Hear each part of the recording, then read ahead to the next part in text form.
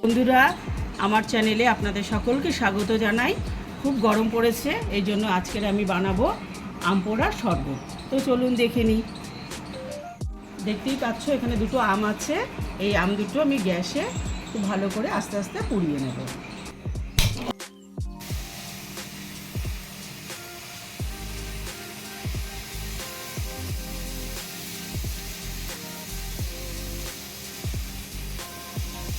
দেখতেই পাচ্ছেন আমগুলোকে পুড়িয়ে নিয়েছি। এবারের থেকে উপরে ছোকলাটা ফেলে দিয়ে শাঁসটা নিয়ে নুন চিনি পরিমাণ মতো নুন চিনি দিয়ে মিক্সিতে পেস্ট করে নেব। দেখতেই পাচ্ছেন আমি আমের পাল্প বের করে নিয়েছি। এবার এর মধ্যে পরিমাণ মতো লবণ আর কিছুটা চিনি নিয়ে পেস্ট করব।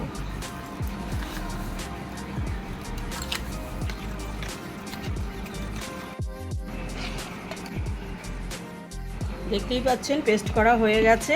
এবার এর মধ্যে আমি ফ্রিজে ঠান্ডা জল অ্যাড করে দেবো।